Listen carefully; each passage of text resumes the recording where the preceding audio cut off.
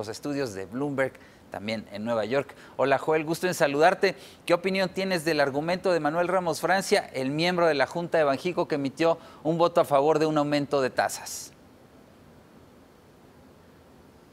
Hola Víctor, buenas tardes. Pues mira, la verdad que lo sorprendente no fue que hubiera un miembro de la Junta que votara por un incremento de 25 puntos base. La verdad es que hay un tema de presiones inflacionarias y de riesgos considerables. Lo que me llamó la atención fue la argumentación más bien estructural. El voto fue a favor precisamente porque quería restar o quería acotar los riesgos de erosión de credibilidad del Banco Central, precisamente porque se ha visto forzado a ir retrasando la convergencia de la inflación. Me llamó la atención esto. No creo que en este punto el mercado esté preocupado por la credibilidad del Banco Central. Creo que el Banco Central ha sido muy claro en explicar que este es un choque en precios relativos que está afectando a la inflación no subyacente y que los riesgos más bien son de contaminación a la subyacente y a las expectativas. Y en la medida en que esto no ocurra, van a permanecer vigilantes, pero listos para accionar. Llama la atención el señalamiento en la minuta de que ha aumentado la probabilidad de que se requieran ajustes adicionales en la postura monetaria en el corto plazo. ¿Eso qué te dice? Bueno, sí, efectivamente. De hecho, son dos los integrantes de la Junta que comentan este escenario. Y sí, yo creo que estamos todos de acuerdo. Mientras la inflación se mantenga relativamente alta, los efectos del choque en precios relativos siga presionando a la inflación no subyacente, y haya ciertos indicios de afectación a la inflación subyacente, obviamente hay riesgos de contaminación de expectativa, riesgos de contaminación de renegociaciones salariales, y claro que el Banco Central se debe mantener en una postura pues lista para apretar las condiciones monetarias. Entonces yo lo veo normal. Y sí, la verdad es que como lo vemos es un Banco Central que tiene actualmente el dedo en el gatillo y está monitoreando muy de cerca los datos y sus riesgos.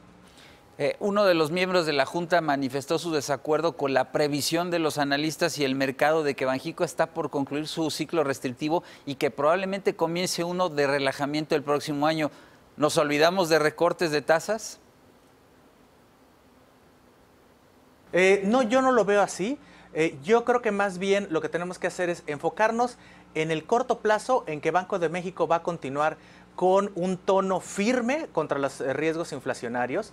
No espero ver ningún tipo de lenguaje que anticipe o que dibuje que los recortes están cerca, ni lo que resta de este año, ni probablemente el primer trimestre del año.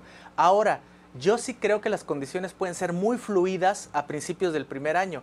Si te das cuenta, buena parte de los riesgos que está discutiendo la Junta de Gobierno de Banco de México, algunos de ellos se van a ir aclarando entre diciembre y enero, pues tienen que ver con la propuesta fiscal del nuevo gobierno, tienen que ver con la evolución de los precios de los energéticos, tiene que ver con signos de contaminación, expectativas y a precios no subyacentes y subyacentes. En esa medida creo que vamos a contar con la suficiente información y las cosas pueden cambiar sustancialmente en términos de evaluación de riesgos. Así que no, al menos yo no me estoy olvidando de un escenario de posible recorte, pero no lo veo ni antes de que concluya el año ni el primer trimestre, donde todavía vamos a tener algunas incertidumbres y riesgos.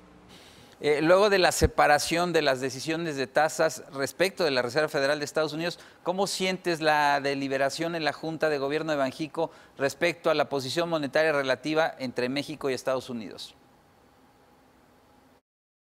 La siento muy similar a como lo ha mantenido pues prácticamente desde aquel invierno del 2015, cuando la Reserva Federal empezó a normalizar sus condiciones monetarias. Los han venido repitiendo que las tasas y las decisiones de política monetaria de los Estados Unidos son un elemento más de la función de reacción del Banco Central. Nos comentaron también que las decisiones no iban a ser tomadas en automático, ni existía una respuesta robótica a las acciones de la Reserva Federal. Y si te das cuenta es muy curioso porque es justamente lo que en entrevista reciente el gobernador del Banco de México apuntaba cuando le preguntaban justamente esto, qué tan importante seguía siendo las tasas de interés de los Estados Unidos, y comentaba esto, que no hay una reacción automática. De hecho, en la pasada decisión, en la de inicios de este mes, se materializó una pausa, aún a pesar de que la Reserva Federal había corregido al alza su rango para su tasa de referencia. Es decir, ya pasó, ese aparente desligue ya quedó atrás, Claro que el diferencial es importante, pero también es importante reconocer que ese diferencial debe de estar a la altura pues de los riesgos o de las primas de riesgo en México, y al menos una ya se relajó relativamente, que es la incertidumbre por el Tratado de Libre Comercio, y conforme avance este trimestre y el segundo, yo creo que esa prima de riesgo probablemente pudiera relajarse un poco más. Bien, Joel Virgen, muchas gracias por tu análisis y saludos en Nueva York. Gracias, saludos, buenas tardes.